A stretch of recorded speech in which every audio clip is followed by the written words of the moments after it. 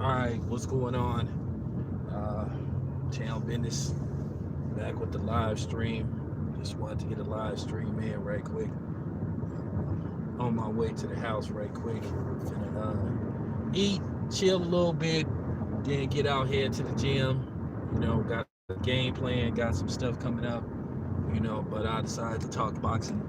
And don't worry, guys, I'll talk NBA. The NBA videos are coming soon, so I'm just waiting for the season to start. I'm gonna do my NBA prediction. Probably season start on 22nd, so I have my NBA prediction probably in a couple of weeks. I'm gonna do Zion watch this year since Zion is supposed to be the next big thing. And so far so good as far as preseason go, but I really don't put too much in the preseason.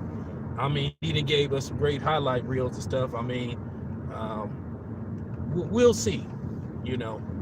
But yeah, I'm looking forward to it. Covering the NBA and shit.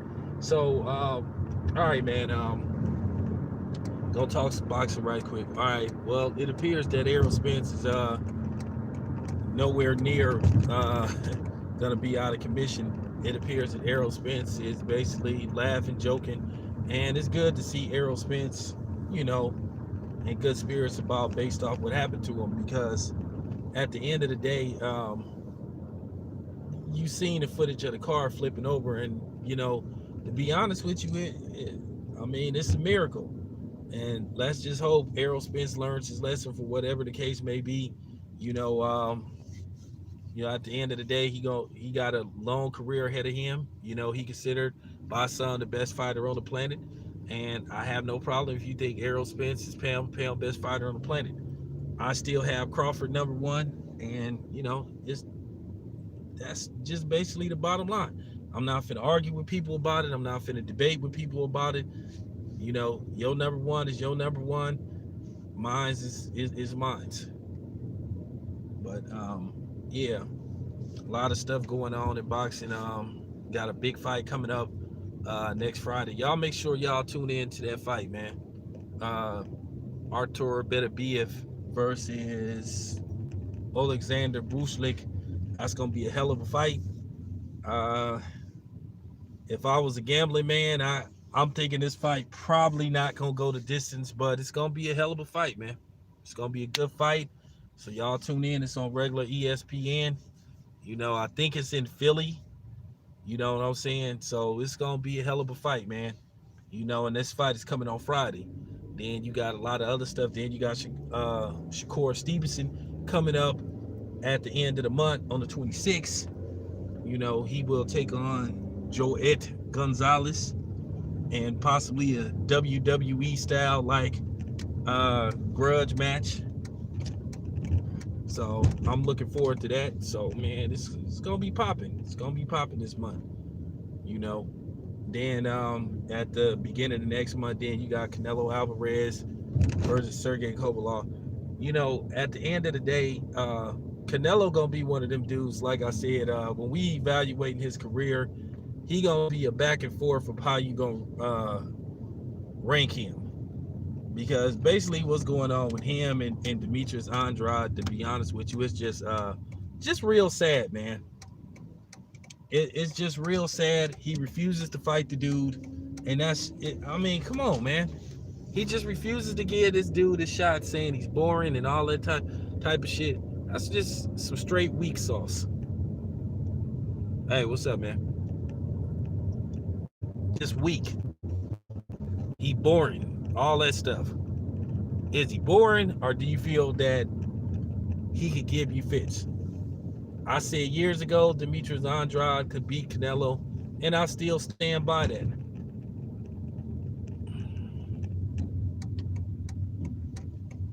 Yeah, I'm looking forward to that too. I was gonna talk about that too.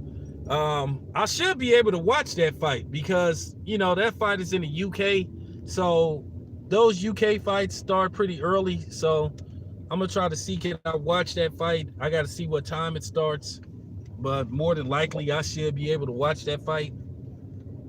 But that's gonna be a hell of a fight, man. If Regis can pull that off, man, and win that tournament, man, then who knows? The sky's the limit for him at 140. It's some big, big fights, big money.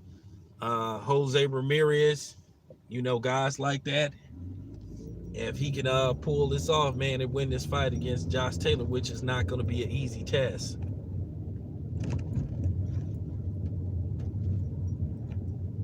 And when I say that ain't going to be an easy task, it's not going to be an easy task. Oh, it's the same day as Shakar Stevenson versus it's the same day as Shakar Stevenson versus Joey Gonzalez. October the 26th. They originally was trying to get this fight in LA. They was trying to get this fight at the Forum, but unfortunately they couldn't get it at the Forum. But like I said, it's gonna be a hell of a fight. So tune in.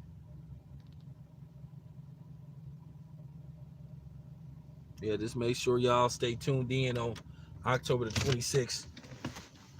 And this thing with Canelo and Sergey Kovalev, I'm almost wanting to believe this fight could possibly backfire on Canelo, but you never know. Oh, he fighting Adrian Granados. To me, as far as Robert Easter Jr. go, it is just something missing with him, man. It just like great guy, but it just seemed like something is missing with him. He's sort of like missing an ingredient that can like get him over the hump and make him like a better fighter than what he really is. He just have these fights where where after it's said and done, you still don't have a clear evaluation of him, except that that he got beat down by Mikey Garcia, but Mikey Garcia is Mikey Garcia. But Robert Easter Jr., you just like, what is the deal? He missing something. And a lot of people keep saying, well, maybe he needs to stop training with his father. A lot of people got to understand that's easier said than done. It's like try to dismiss your father as your trainer. Everybody can't do that. I've been saying that it should happen with him because, like I said, you look and you see that there's some potential with Robert Easter Jr., but you feel like, well, something is missing. It's like he don't have that next gear. It's like, when you driving a stick, most of the time, most of the stick shifts are, at the very least a 5 speed. And it just seemed like he's stuck on 4 and when he get on the freeway, he's still not willing to hit that last gear to go full throttle. Even though with some stick shifts, you could drive pretty much, you pretty much could drive pretty much the speed limit on the 4 shift. I mean on the 4 speed, but he just don't put it into the next gear, and that's the problem with him. And you want to see that with him. And I've been watching him for a while, and you just be like, man, something is missing with him. You see it in all the dudes he fight. Fortuna, you seen it in Bartholomew. You seen so Granados is gonna be a very interesting fight for him. And I feel like on one hand, Granado is gonna put him in a position to where he could look good, but at the same time, Granados could possibly beat him. I never thought Granados was a natural 147 anyway. And when you see him in person, you can see the dude is small. So this is a chance for Robert Easter Jr. to make a statement. As you guys know, he was stopped by Danny Garcia. So Robert Easter Jr. need to fight more aggressive. He tries to take it easy sometimes. And he need to find that fifth gear, to where he just basically, you know what I'm saying, where basically he just taking off, catch me if you can. And you're not seeing that with him. But him and Granados, that's gonna be a very interesting fight. I don't know when that fight is. I know it's coming up shortly. I think it's gonna be in Brooklyn. I think it's going to be in Brooklyn. but I don't know yet. So, we'll see. Then also, um, you got Bud coming up against the Mean Machine. Yeah, he didn't have that. Yeah, that's why a lot of people might keep saying he need to like switch trainers. I've been look, I was saying this for the longest. Like I said it and I told the honest to God truth about Sean Porter. And respect to Kenny Porter, I was thinking that why don't Kenny just like let Sean, Kenny could still be the head trainer, but why don't he help Sean like with placing his punches? Because like I keep saying, Sean don't know how to place his punches. He's not a precision puncher. He's not an accurate puncher. He just throws those punches. Guys like Canelo and Floyd, Pernell Whitaker, those guys they was good at punch placement, precision punchers. And Sean don't know how to do that. He just let loose. And that's why sometimes when he throwing them hooks and shit, his arms is so wide open and you can catch him.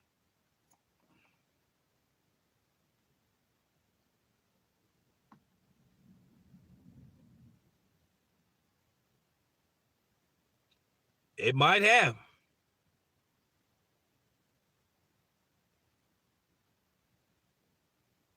No, look. Whether people want to believe it or not, Sean Porter and Errol Spence was a real tight fight. I told Kenny right to his face, and if you seen that interview, I told Kenny straight to his face that the knockdown was the difference in the fight. I thought I was just wrong. Like I said, I was totally wrong about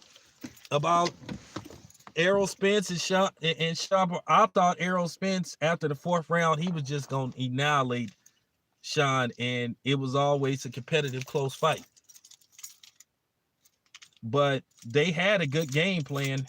It's just that the knockdown made the difference in the fight. For the people that wasn't like sitting ringside. What's up? No, I'll look at it later on. Yeah, Emmanuel Stewart, he was good at those. He was good at like training those tall guys like Robert Easter Jr. Robert Easter Jr. is pretty tall to be in that weight class. Yeah, Emmanuel Stewart would have did some good things. You just, wonder how long he gonna be with his father. You just like sometimes, like I said, it's just hard to like remove your father completely. Like I keep saying, if he want to keep his father on, he could like his dad could be like a co-trainer or something, but he should get somebody else to help him like sort of like get over the hump. And speaking of Richard Kami, that's gonna be a very interesting fight with him and Teofimo Lopez. Because if he catch Teofimo Lopez, Teofimo Lopez is gonna be in serious trouble. I'll be back, you guys. I'll be back, you guys.